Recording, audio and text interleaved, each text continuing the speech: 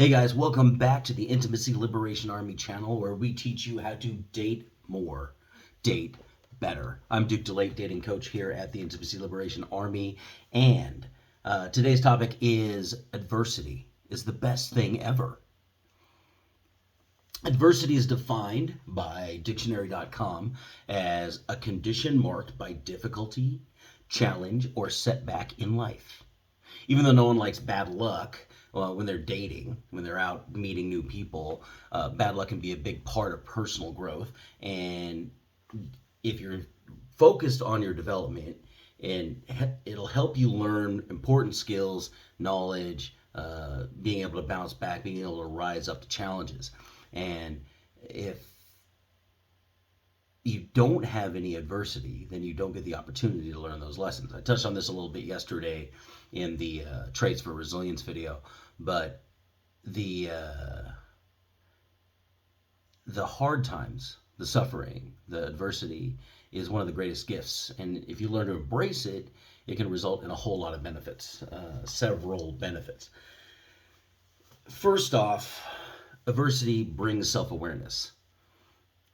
There's a lot of things that we do where we think that we're one way, but in reality we're another. Like we don't think we're afraid of something because we don't experience it, but then when we experience, we realize that we actually have a whole lot of fear there.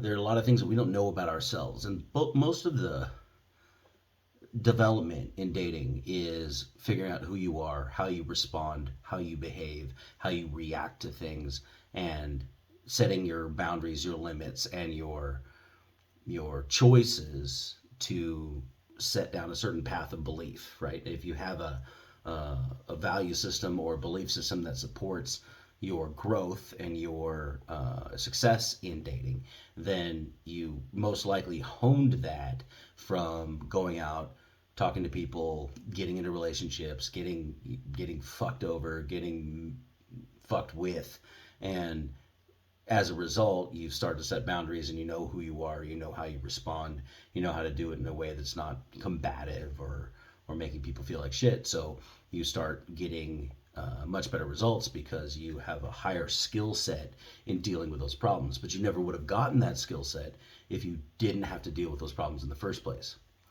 Self-awareness is like the conscious awareness of your own thoughts, feelings, beliefs, emotions, and your goals.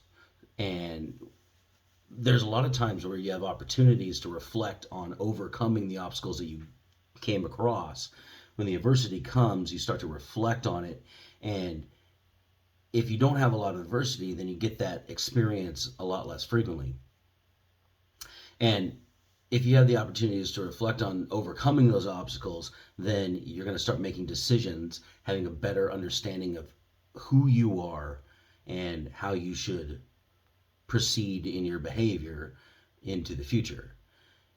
Adversity has a way of making people more aware of your emotions or their emotions, people more aware of their belief systems and how to deal with their feelings and the emotional things that come up when they come into contact with things they don't like very much.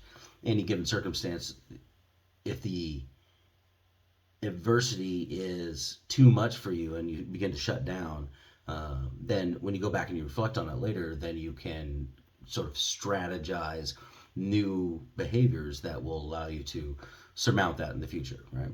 There's also, it gives you time to consider what prior actions you did, not just like how you deal with it in the moment, but like what led up to that moment that might have influenced the unfavorable result you got.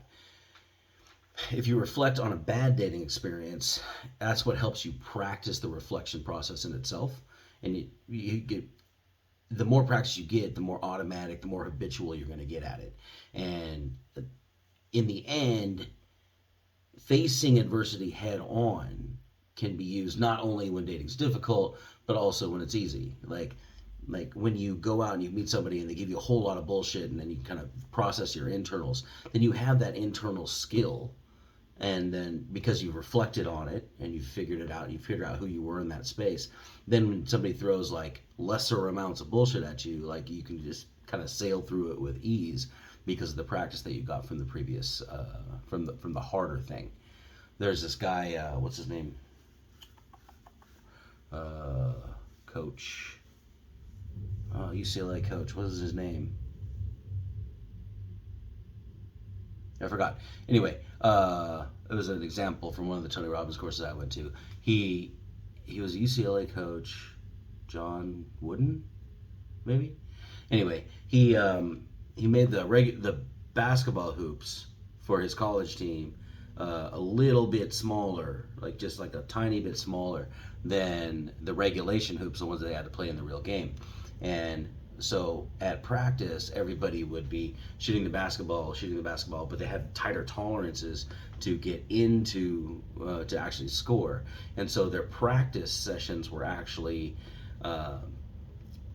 harder to do in practice than it was to do in the game itself. So when you added all the people and the opposite team and all the extra stressors in the game, they would be performing really, really well because they had to.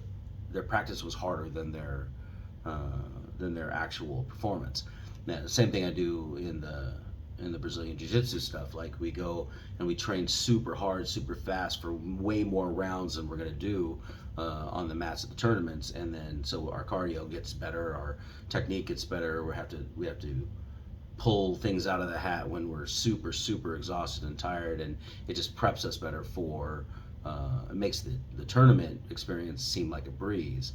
You know, win or lose, you still like aren't gassed out. You're not doubting your skill sets, right? Like it makes it easier by going through the hardest stuff. And the harder adversity that you face, especially in dating, if you go out all the time and you meet new people all the time, and you're constantly iterating on your craft, the things that used to give you problems, you're just going to breeze right through because your practice set is way more honed than normal people. And most of the skill in dating, like you learn conversational skills, you learn how to be entertaining, you learn how to drive things to an end goal, you learn how to create sexual tension, you learn how to do all this stuff, but basically the skills in dating are facing down yourself and not doing the things that shoot yourself in the foot, and setting boundaries where you need to set boundaries. Like the more you know yourself, the better you're going to get at it. And the best way to get that self-knowledge is to put yourself in bullshit situations. Put yourself in adversity. It'll come up against you, and then you'll soar past it, especially when you go out for practice. Like if you go out and you just meet a bunch of new people and you don't have really attachment, you're not like super attached to the outcome with the person that you just met, because you're not like super in love and one-itis and all needy and connected on this one person. You just talk to everybody. It really lets you know who you are as a conversationalist, who you are as a guy who can create sexual tension, who you are as somebody who can be entertaining, how to handle groups and all that stuff. And you just go. Then when you run into the person that you actually want, you're like, oh, this is a nice surprise. Like this conversation's flowing easily. Like I actually like who you are, and we're finding, I don't have to do all this crazy work to like bring up all of these stories from my past and entertain you and get you to trust me and all that. Like it's just there, and it makes it simpler. So that's number one reason adversity is the best thing ever, is because it helps you know yourself really, really, really well. And if you really lean into hardcore adversity, then you get your self-knowledge dialed in really, really fast. The second reason that adversity is the best thing ever is that it teaches you patience. Building patience requires that you face your challenges when you're dating, right? Like you're gonna go out, you're gonna meet people, and if everything just went super easy and you didn't have to like deal with bullshit, then you would expect that it would be an easy ride all the time. Like I meet a lot of naturals. There's this guy who comes to the club all the time. He's probably 6'6". He's gorgeous. He's a good time. He never had a problem in his life. He's raised by these like rich parents in the city that I live in, and like he's just got a vibe, and yeah, he's kind of a fuck boy, but like everybody loves him because he just creates good vibes, right? But whenever he gets a hard rejection or whenever he gets a lot of challenge, that he kind of shuts down because he doesn't know how to deal with it, and it's because his life is kind of charmed. He kind of just moves through life. He's naturally hot. He's naturally, got a good conversational skills or whatever. And then when he runs into something he doesn't know how to deal with, he can't dig deep into a toolbox and like bring up something that can make the interaction move forward. He doesn't have that skill set. He doesn't have the patience to deal with people who aren't gonna respond to who he is well. Which, I mean, whatever. He's gonna find his wife just fine at some point. But if you build that patience, then you have a lot more variety, a lot more opportunity to create things where you want it with your own intention, rather than everybody says like, oh, running around doing pickups like a numbers game, like it's just like, you're just gonna do it until somebody gives you the right responses, and that's all it is. It's like, no, being a natural is a numbers game. Be it like not having the skills to deal with uh, all the interactions that you're in, and just like hoping that you're going to get an interaction that responds to your personality type perfectly. That's a numbers game, right? if you if you're constantly working your skills, getting better and better, and broadening your variety of what you're able to pull off, that's growth. That's moving somewhere. But if you just kind of rely on what you were born with and then hope it works out, like that's a fucking numbers game. That's how I look at it. As a result of facing down adversity, we're gonna get a lot of patience, a lot of resilience, a lot of drive to just keep going for the love of the game. Basically, it'll teach you how to persevere in the face of your difficulties, and the difficulties that come up, like they might be long standing. Like I've had social situations where I would piss off like one girl in the group, and then for the next, I don't know, 4 weeks or something, the girl would talk shit, and then like a bunch of people would hate me because they, believed her side of the story or whatever. And okay, great. And having the patience to get through that and just still continue to be who I am without having to go fix everything so that everybody likes me again or whatever, then that eventually blows over. And then next time that happens, like it doesn't stress me out. There's no issues. I had this one girl. She was dating one of my students, and they didn't work out very well. And at the end, like basically, he was parroting a lot of the stuff that I was saying, and so he would kind of blame it on me. Like they get into an argument, like, "Well, Duke says blah blah blah blah blah," so I should just, and it would just piss her off. So she thought I was like a demon, where I was telling him to like stand up for himself and have some fucking um, uh, assertiveness and whatever. I wasn't meaning like be a stubborn person and piss your girlfriend off.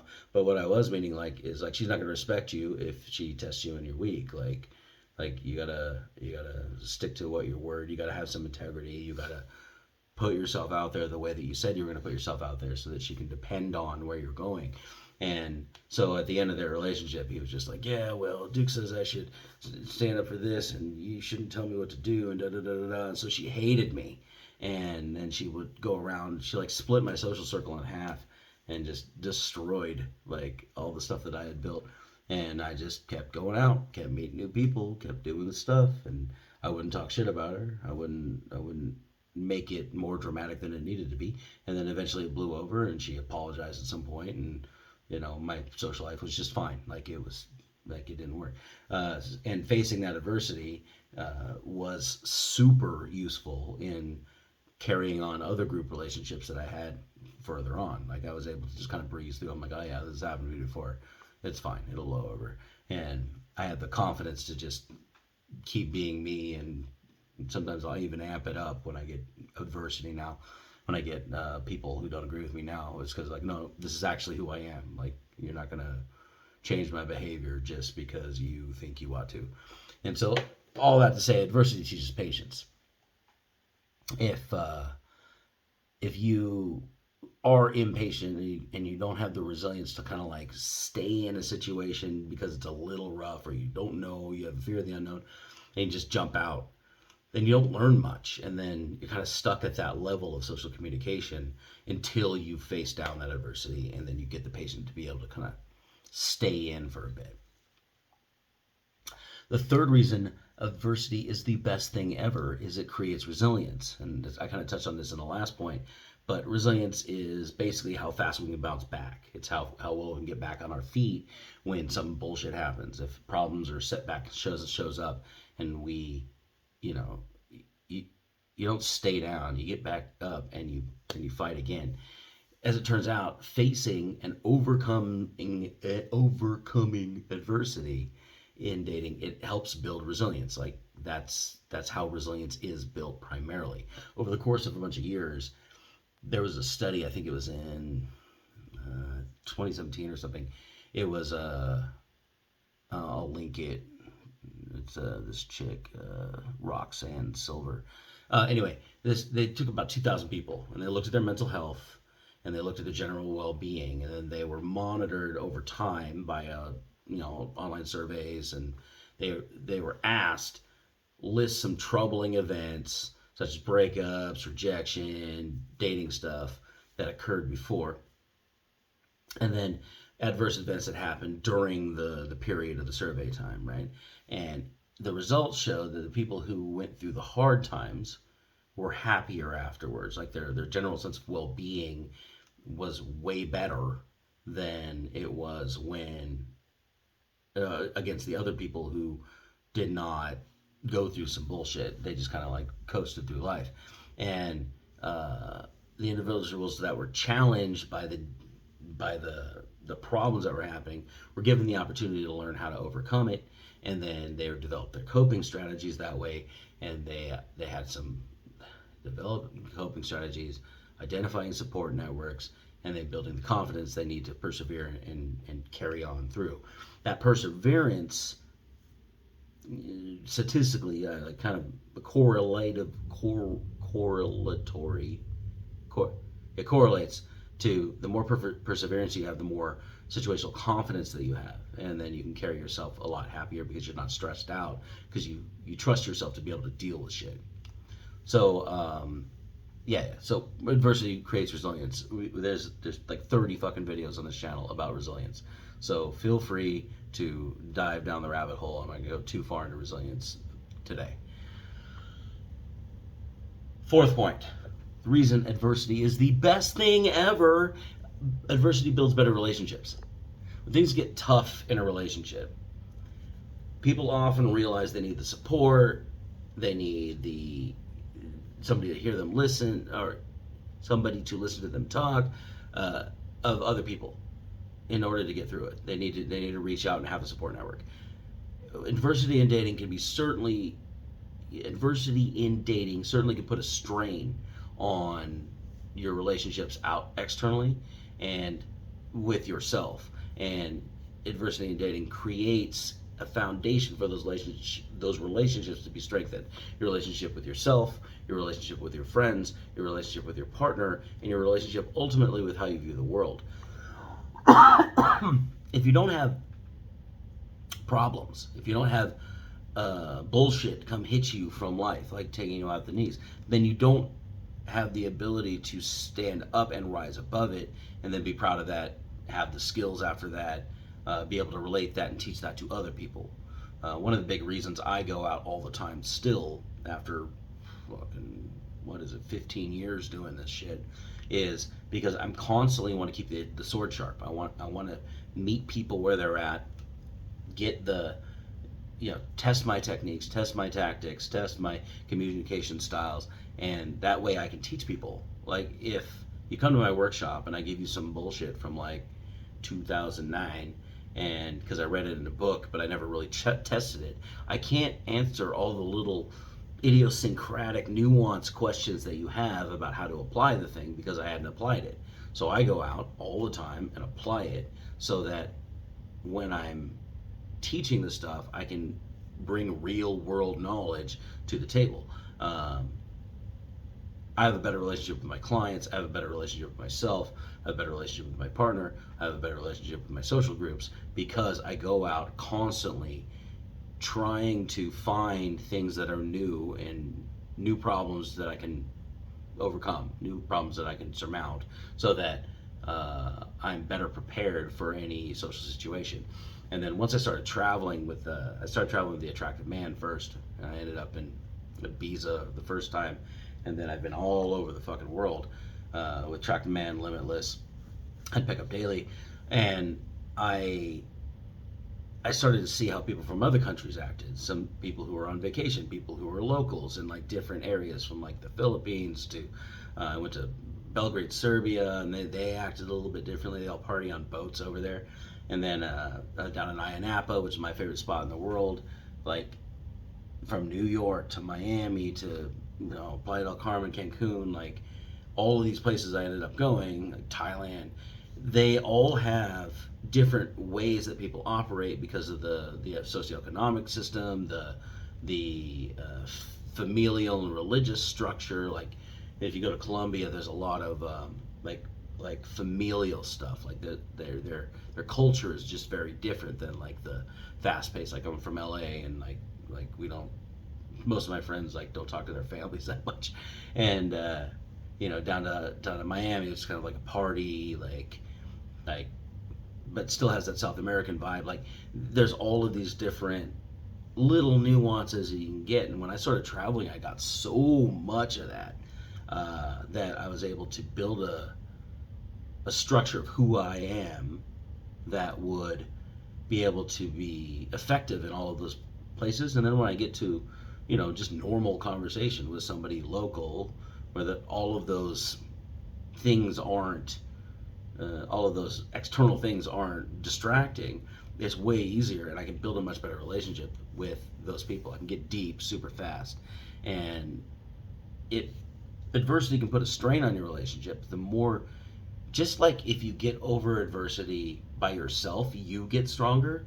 If you have to face adversity with somebody and then you surmount it, your relationship gets stronger by doing that. When things aren't going well, people typically have to come together to pool ideas, to bring resources in, to pool their strength. Doesn't mean helping them overcome the obstacle. Like in our social situation, I had two friends in the last month, or 2 months, where their moms died, like two separate people, right? And like when you get to this point where your life just kind of hits a brick wall, like you need social support. You need to be able to reach out and like have people, sometimes coping strategies is a distraction, and sometimes talk through it, sometimes just listen to you while you kind of process your emotions. You need people around. And if you didn't face the adverse situation, like there are some situations like your parents dying, that's always going to happen. Like it's like death is guaranteed. So like those things are a common experience for all humans. And the people in your social group, if you reach out and you have that adversity, they can offer that support, and it makes your relationship stronger. If you never had that adversity, if you never had that issue, then you wouldn't have those moments where you can like lean on a friend, lean on your partner, and face those things together and build that relational strength. If you have a big enough problem, a big enough adversity, the process forces you to communicate. It forces you to be vulnerable. It forces you to be transparent and offer support to other people. Like one of those guys whose mom died, he just called me today. Like they found out like in the afternoon, and I went out with him to offer basically whatever I could for him. But he basically just wanted to be distracted, so he wanted to go out to the bar and talk to girls and laugh and kind of flush his brain from all the stress he was having in the afternoon. So we went out and we did it, but it forced us to kind of like connect in a different way. Like we had that understanding. It's like, okay, well, we're going to do this thing, but it is also this other thing, and I'm going to let you know that I'm there for you, there for that as well, buddy. And he was able to kind of lean on me in that space. He really appreciated it and gave me something to be grateful for tomorrow. But if you lean on each other and you offer support, even auxiliary support in that way, it's going to enhance the nature and the strength of your relationship overall. The last one, the last reason adversity is the best thing ever is it helps you gain knowledge. If you sit there in your own bubble and you have beliefs and assumptions about the world, sometimes they're not true. The map is not necessarily the territory, as we say in NLP. But if you go out and you face the world and you lean into kind of the discomfort and the pain that adversity comes and brings you, it gives you a chance to learn new things and improve your skills. I've been harping on this forever, but like the better adapted you are with the reality of the situation. Like if you go out and you can look somebody in the eye and you know kind of what they're about, and then you learn that because you went out and you met people just like them over the years. It gives you a sense of clarity and confidence. But if you run into something you don't know about, it gives you the chance to learn something new. It gives you the chance to try new tools. It gives you a chance to iterate. It gives you a chance to expand your knowledge and your feel, your vibe. No, what's the word I'm looking for?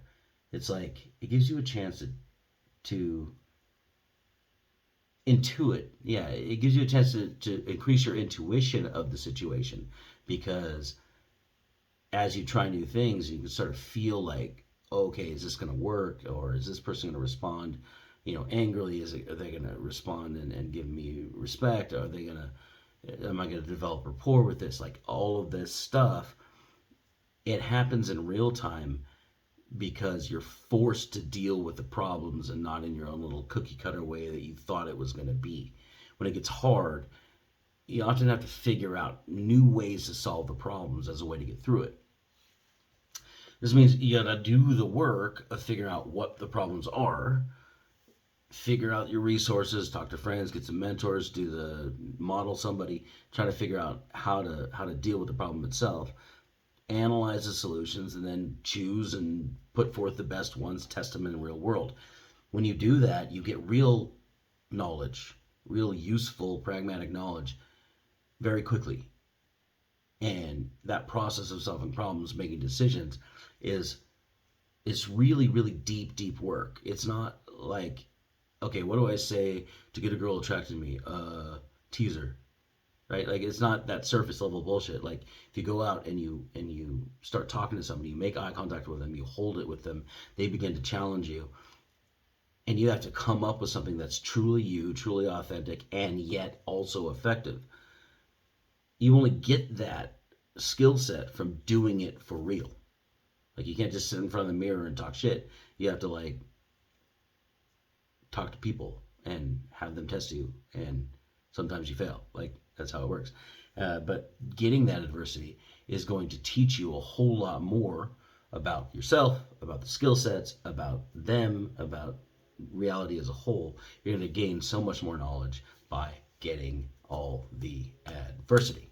So that was today's concept of adversity is the best thing ever, and I really think so. Like I think I'd be bored if life was easy, and I would be happy if I constantly had enough challenge to keep me in a flow state. If you read Flow, it's actually a super heady book by Mihai Csikszentmihalyi. He's one of the founders of positive psychology along with Martin Seligman, and he wrote this book called Flow about you need basically the concept is you need enough challenge to keep you stimulated, but not too much to make you overwhelmed, and you get into this flow state where you're able to achieve a lot more work in that space because of the zone. Like you're in the zone, you're in that headspace. And I think that adversity, enough of it to keep you problem solving and flowing is great. Sometimes you get so much adversity it takes you out the knees, and that's when the social support and the coping strategies and everything come in, and those are great to learn as well. So that's today's video, how adversity is the best thing ever. Tomorrow I'm going to switch it up a little bit. We're going to do some more trending topics, more like standard Q&A stuff.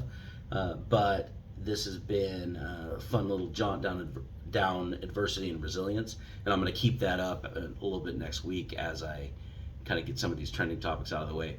But anyway, we do this every day, so I will see you guys tomorrow here on this channel or here on the podcast, and until then, stay awesome.